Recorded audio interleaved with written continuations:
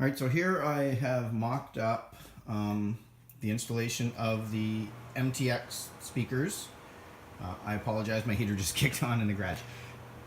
When I say mock up, it's just basically everything is on loose, finger tight, or at the very least snug. I didn't put any of the two-sided tape on to hold it down. I want to make sure everything's going to fit how I want it to fit before I permanently mount anything. And I'm glad I did because they fit fine, not a problem with that. But I do have the seismic mirrors that were here. Actually, you can actually see on my roll cage, I think, kind of where they were. Well, the brackets for the seismic mirrors are fairly bulky right here, which makes them super strong. That's all fine and dandy. They go on like this. See the problem? They don't fit in there. So I could either have them way up here, which I really don't like. Actually, I shouldn't say. I'd be about there. I really don't like. I like them down closer where a car mirror would be. So I think what I'm going to do is make a metal bracket that bolts to here, comes up, and the mirror just bolts right into that. It won't have this clamp. I won't need it because it'll be bolted to the cage. I'll show you what I mean on the other side. Let me just put this back. Okay, so there's the mirror. That's as low as it'll go right now. It's pretty well hitting the speaker. Okay, I'm not too concerned on how far the mirror will fold in because if you look, my flares stick out to here. So if the mirror's folded in that far, I've obviously wiped out my flares and everything else. The mirror's probably the least of my worries. But anyways, what I want to do is make a bracket. So instead of bolting the mirror to this flat piece here, it's going to bolt to a flat piece down there. Let me unbolt this mirror real quick and I'll come back and I'll show you. Alright, so the mirror is unbolted from the machine. There's the mirror, and that's how it bolts to the bracket. That allows the mirror to swivel this way. So as you can see, that surface here, it's just a flat surface with a bolt and a rubber washer that goes through the center. So if I can make up a metal bracket here that comes up flat, my mirror should be able to, theoretically, bolt to that bracket right there. Keeps the mirror down roughly where I want it. Probably about there. And I don't have a big bulky bracket hitting my speaker. And I'll still be fine for clearance because I do have a half windshield that I'm putting on. So I need to have this smooth. I can't have brackets or anything sticking out here. It'll interfere with the windshield. So I think we'll be fine. So I'm going to find some steel. It doesn't have to be super, super heavy. I'd probably like to go to at least 1/8 inch. Quarter might be overkill, but we'll see. And bolted it to these this bracket. Now these bolts, they're just snug right now. They're not loose, but they're not torqued down either. But as you can see, they're hardly coming into the nylock there. You have to hit the nylock. They're grabbing the threads, but they're not grabbing the nylon part of the lock nut. And the problem with that is the nylon is what stops the the bolt from backing out. So even right now, these bolts are technically too short. So I'll go to hardware store and get some grade 8 or better bolts, and just a little bit longer, that's all, and they'll be fine. Don't scrimp on your bolts. Make sure you get at least a grade 8 or better. I mean, they are on the roll cage after all. You don't want to mess with them. All right, so yeah, we'll continue on. I'll make up a bracket or a cardboard template, and I'll show you how I go about doing that. All right, so we're still in the mock-up stage here. Remember I said how the mirror wouldn't fit on the factory bracket with the MTX Dash speakers, and I was going to try to make up some sort of bracket. Well, I've mocked up a bracket. It's on the vehicle right now. I'll show you how I did it in a second here. It still allows the mirror to fold in. It will only fold in that far, and then it does hit the speaker. But if you look, the mirror is in, geez, a good 2 or 3 inches past my flare. So if I'm hitting something and it's requiring the mirror to go in that far, then like I said before, the flares are hitting and the doors are hitting and everything else is hitting anyway. So I don't think it's a big deal.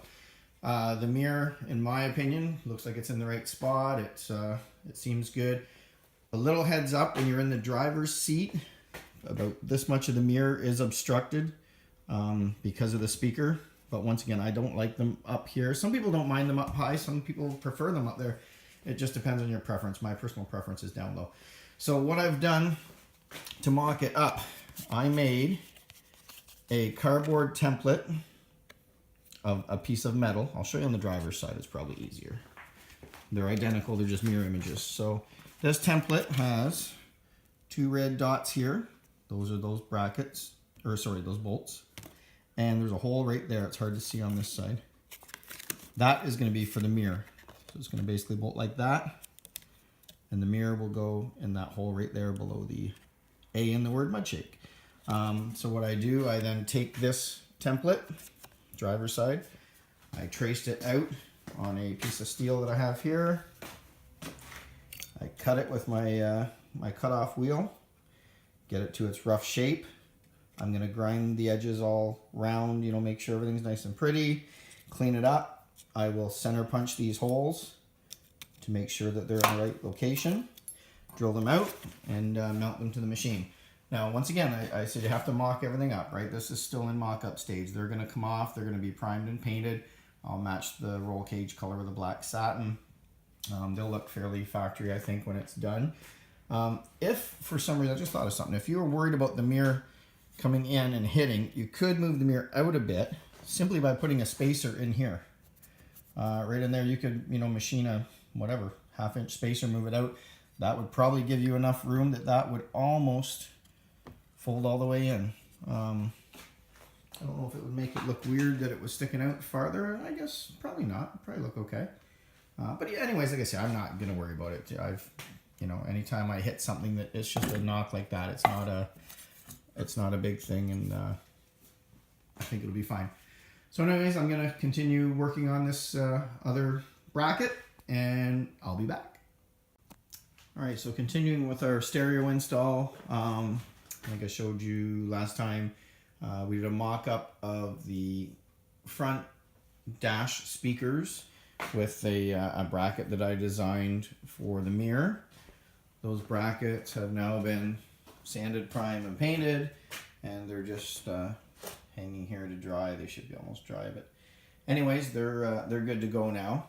So they can sit there for a while. We don't need them any longer. Like I say, we're still in mock-up stage. These wires here obviously need to run down through the hole there and under into the dash area where the amp's going to be. We'll get to that in a few minutes. The rear, the wake tower speakers, I think I'm going to try them right there. They don't look like they're going to be too invasive in the way too much. They shouldn't bother the helmets. Once again, they're just mocked up as well. They come with like crazy long bolts. Get that thing off there. They come with crazy long bolts. I think it's in case you decide to put them on a Jeep for a Jeep roll cage. So what I'm going to do is I'm going to cut these bolts down. They don't need to be that long. And in the middle here, where it's exposed, the screw, I think I'm going to put a little piece of like a rubber, just rubber hose, fuel line, and it'll compress as you tighten the brackets, so it won't affect it being tight, yet it will hide the silver screw, make it look a little more professional in there. A little cleaner. And like I say, once I get these screws shortened up, that'll look a lot better too. You could always put a little hunk of hose or a little cap, like a little vacuum cap or something over the end to pretty them up a little bit too. We'll cross that bridge when we get there, I guess.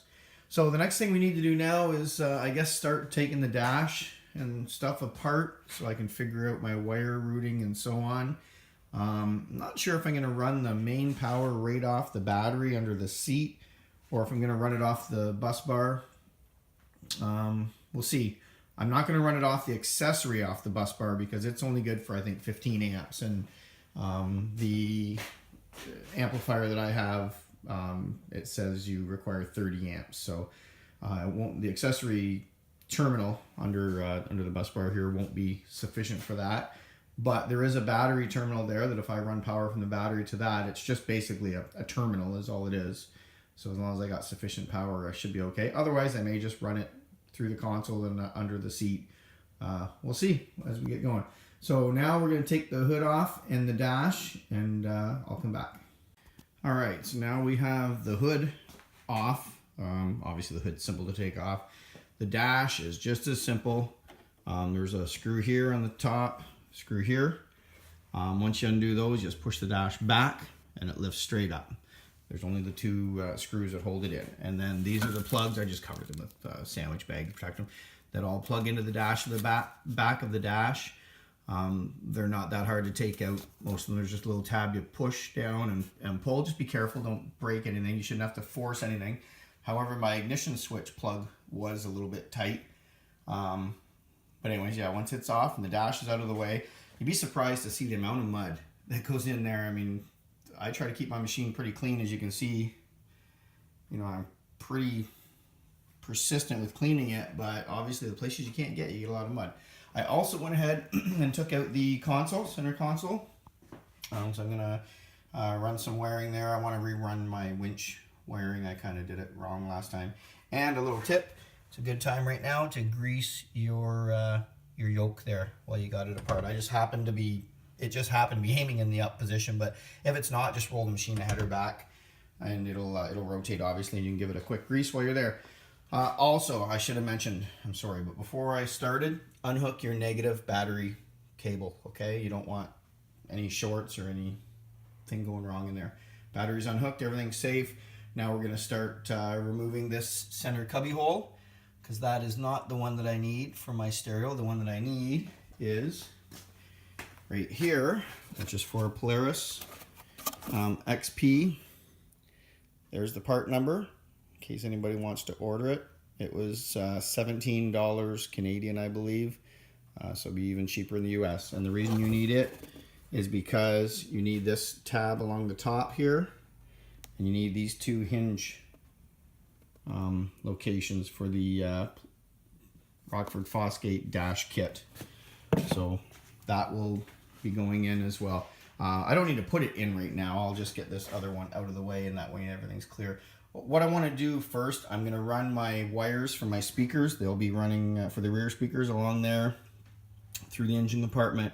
They'll come up and then likely come up through the roll cage here, and then I'll just run them along into the speakers. I'm also going to have an antenna mast probably here that comes up.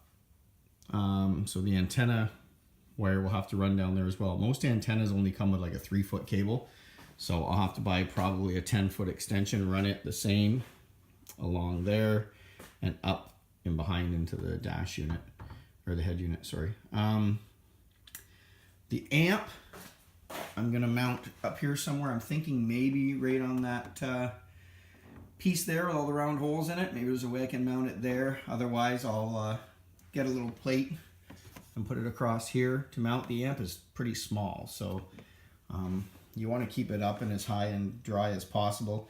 Obviously, by the looks of the mud in here, this isn't as high and dry as I thought it was, but short of mounting it on the roof, I don't know, you're gonna get dirt and stuff in it. So this has obviously just been from a few splashes that have got up in there, and obviously I can't clean it every time, so who knows how long this mud's been in there. Anyways, I'm gonna carry on. I'll keep you updated.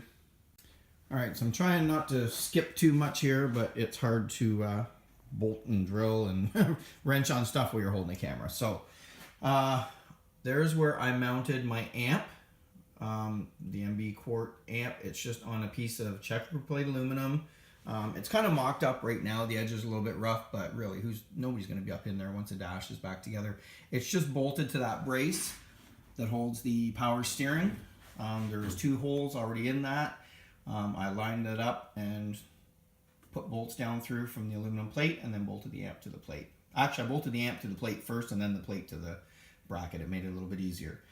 I'm also working on putting the PMX-2 unit into the face plate. I just bolted that in there. It's really, really simple.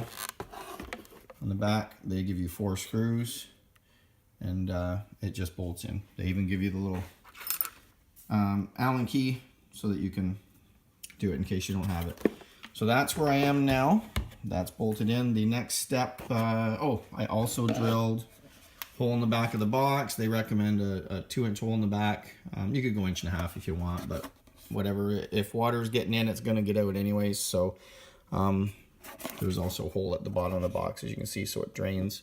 and it angles down, so the odds of water getting in and going anywhere are pretty slim. So there we go. That's where we're at. I will continue on and get back. All right, so we have the PMX-2 head unit mounted in the face plate.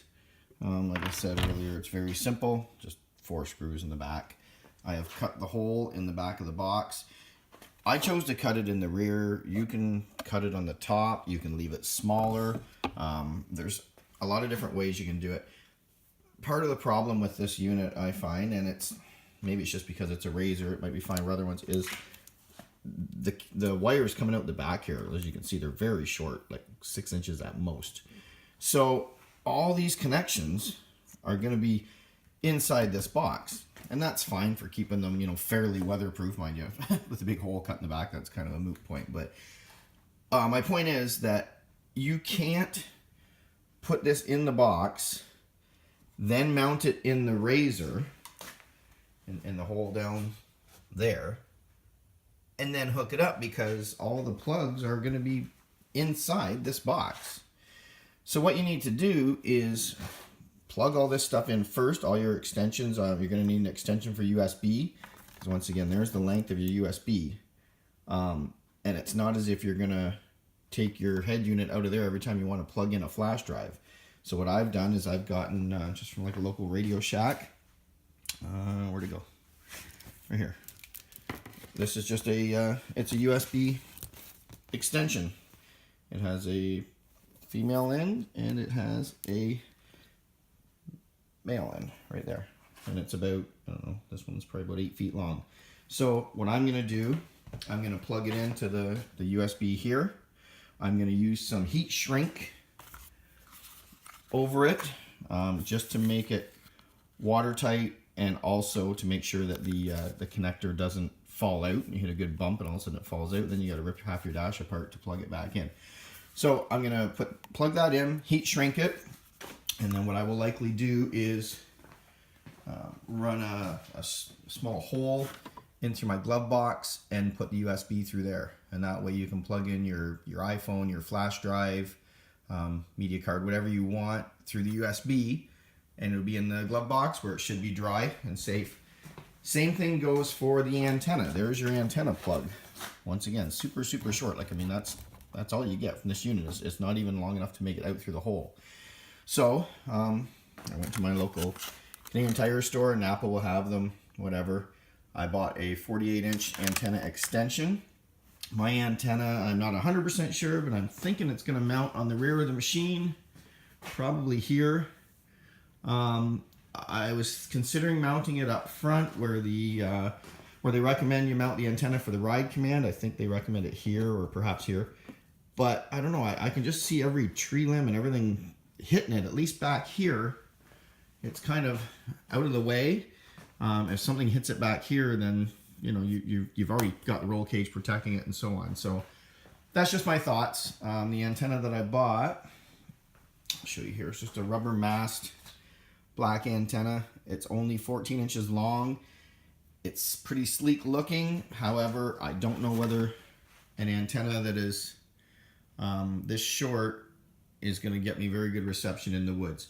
The good part of it is that the mast unscrews from the base, and you can put in just a standard black 31-inch, I guess like a whip type mast that you would have in your car, the flexible style. So if I have to, I'll do that, but I'll try this 14-inch one first. But I just want to let you know that before you put this in, hook up your antenna extension, heat shrink it, hook up your USB antenna, or sorry, your USB extension, heat shrink it, plug in this plug in your RCA jacks, and feed them through. They're just a standard, I think that's a 3-foot cable. That's enough to come through to make it to the amp. I don't think I can heat shrink these ends just because of the style of them. And it comes out like a Y, but maybe I'll electrical tape it or something to kind of seal it up. The extensions I got are gold plated terminals. They're really not that much more, and they should do a better job at corrosion resistance. Okay, so I'm going to get that stuff hooked up and heat shrinked, and then we'll carry on from there. So now you can see why I said to make these connections ahead of time. There's as far as the antenna comes out once the unit is mounted in the box. It mounted very straightforward. 2 screws down there. It's an excellent fit. It's a nice piece. It looks very factory. I'm happy with it. I just wish the PMX-2 would have come with a little longer connectors. The good news is this piece does come through, so I can plug in my harness here after the fact. It makes life so much easier. And just a little FYI, I'm running an amp, so I am using the pre-outs on the unit. So what I've done, all the speaker wires that were on the back of this, rather than cut them off, I just taped them up. I left the little the wire sheathing on the end, folded them over, taped them up so they're safe if I ever do decide to run the unit without an amp or sell the unit or upgrade or whatever. There's no point in cutting off something just because you don't need it. It's not hurting anything. So now what I need to do is mount this unit in the RZR. I have my USB cable out.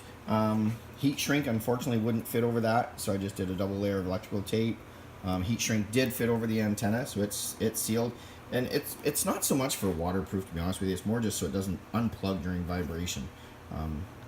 You know, these antennas aren't really designed for off-road. They're more just for an automobile. So, and I have my pre-outs here, which once again I've plugged in, taped up for security and for a little bit of waterproof as well. If this fuse ever blows here, it's going to be a little bit of a bugger to get at, but it wouldn't be the end of the world. It's a 30 amp fuse, and I'm not even using the amp in this unit, so I don't see that fuse taking a lot of power. It's just literally going to power the display and the low voltage pre-outs. So I'm going to take this now. I'm going to get it ready to sit in the RZR. I will run the wires up. Just have them hang out here somewhere so I can figure out where I'm wiring everything to. There's where I've chose to mount the amp. The pre-outs from the stereo that I just showed you will plug in there. There's the power for the amp. I have to hook up the other end of the plug, and there's another input stuck under there somewhere anyways for the speaker outputs, and they'll be wired up as well. So I'll carry on with that and I'll be back. So now, as you can see, everything is still in mock-up mode. I know it looks like a rat's nest right now. It actually is.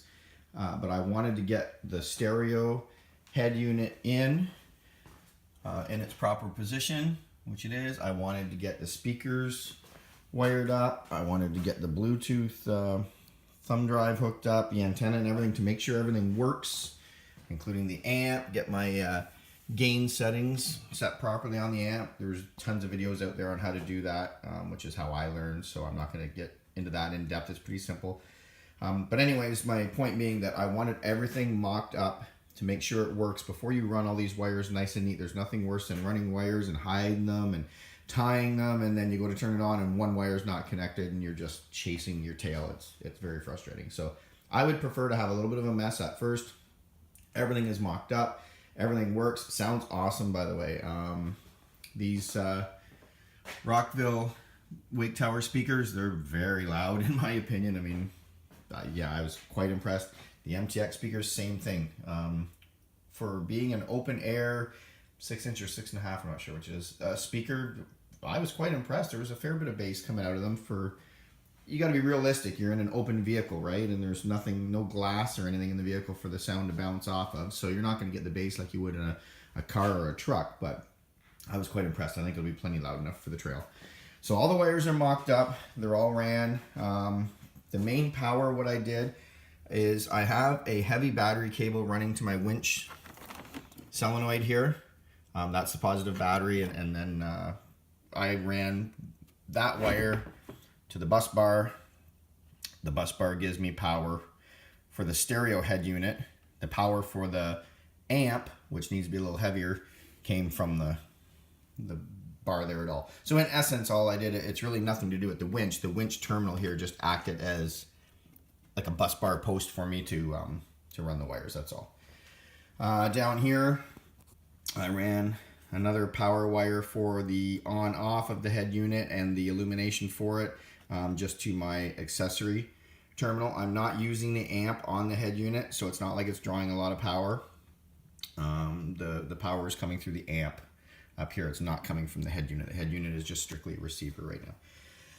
So I'm going to rerun all those wires nice and neat. The speaker wires, I just kind of put bullet connectors and shove the rear wires in just to make sure everything works. They're going to be all redone and heat shrinked and nice and neat. Do yourself a favor. Any connections that are going to be permanent, which I mean like, you know, aren't plug-in ones, get yourself a soldering iron. I got a pretty heavy-duty soldering iron here. I solder all my connections and I heat shrink all my connections with heat shrink.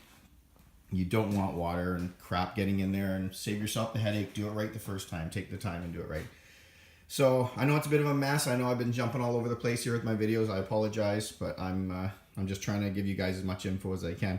One last thing quickly. I think I've changed my mind on where I want the antenna. I think it's going to go right here where the factory ride command one would go. The more I got looking, I think it'll be fine. I was worried about things hitting it there. It's going to be right in front of the roll cage, and it's a pretty flexible, bendy antenna. So if something does smack off it, it shouldn't hurt anything. And I think it'll look better, and it'll save me then from running a whole bunch of wire to the back and having it here and cluttering up the rear. Like I said, that's where Polaris puts them on the ride command ones, and it looks pretty cool there, so I think it'll be fine. I am leery about drilling a hole in my plastics there, but I mean, what can you do? That's where it goes. That's where it goes. So I'm going to get rerouting some of these wires. I'm going to reroute the rear wires, run the speaker wires underneath. So that'll be a fairly big job. I'm not going to bother showing you guys every little step of that. I mean, most people can figure out how to run wires. Tie them up above. You see where the black and white wires are here? Sorry, my hand out of the way. Tie them up there. Don't get them down near the drive shaft or anything rotating, obviously. If you want to cover them with a wire loom or something, you can.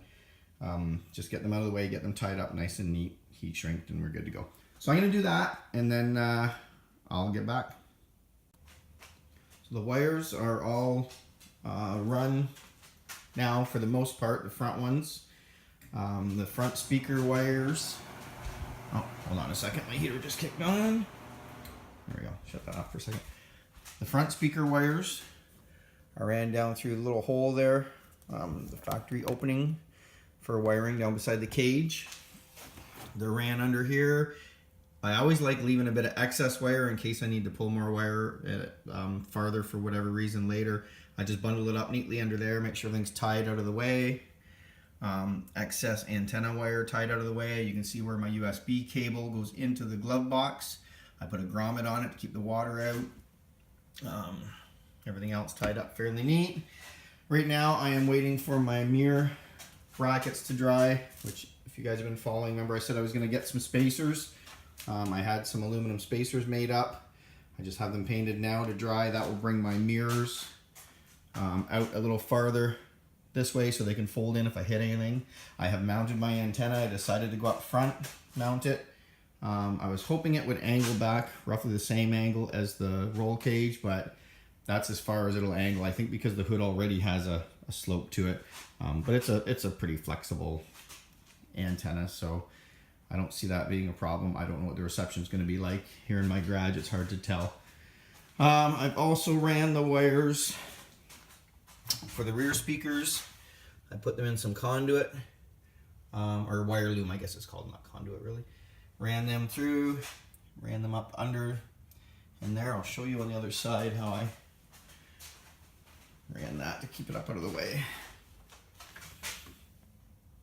It's ran up here. I've clipped it to a couple of vent lines in there to keep them out of the way.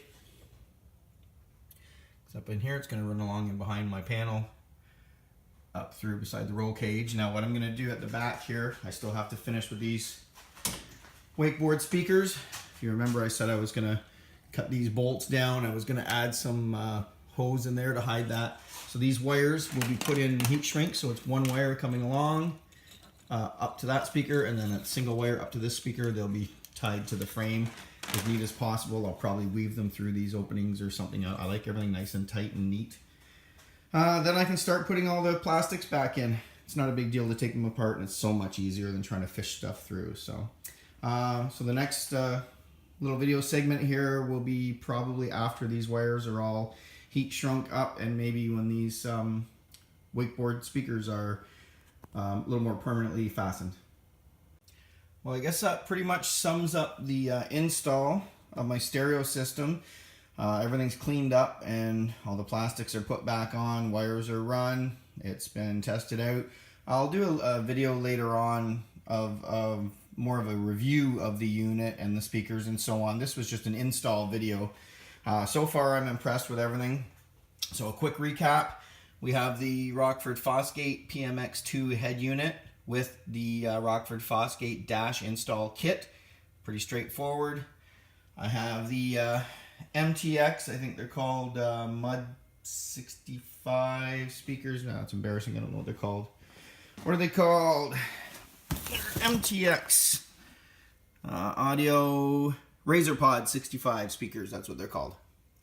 For the Dash, I have Rockville Wake Tower speakers for the rear, and I have a MB Quart amp.